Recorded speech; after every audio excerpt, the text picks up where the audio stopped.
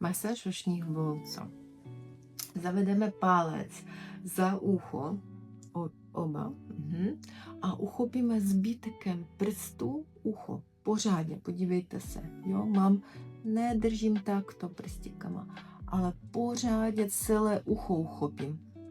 Táhnu uši nahoru, celé ušní boltec. A ještě k tomu přidáme masáž. Roztíráme uši. Tak, pořádně. Nebojte se. Dolů táhneme. Masírujeme uši. Do stran. Nebojte se. Představte si, že vytahujete ruce, uši do stran a nebojte se, oni se vrátí zpátky, jo? A představte si, že mezi nimi pro vás se natahuje uvnitř hlavy.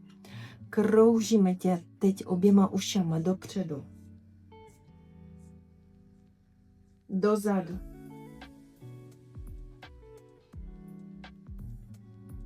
Tak, uchopíme uši takovým způsobem. Kroužíme dopředu.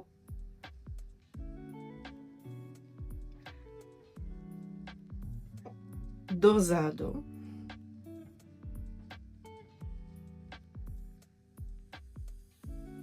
A pokud jste neměli poškozené bubínky, tak uděláme potlak.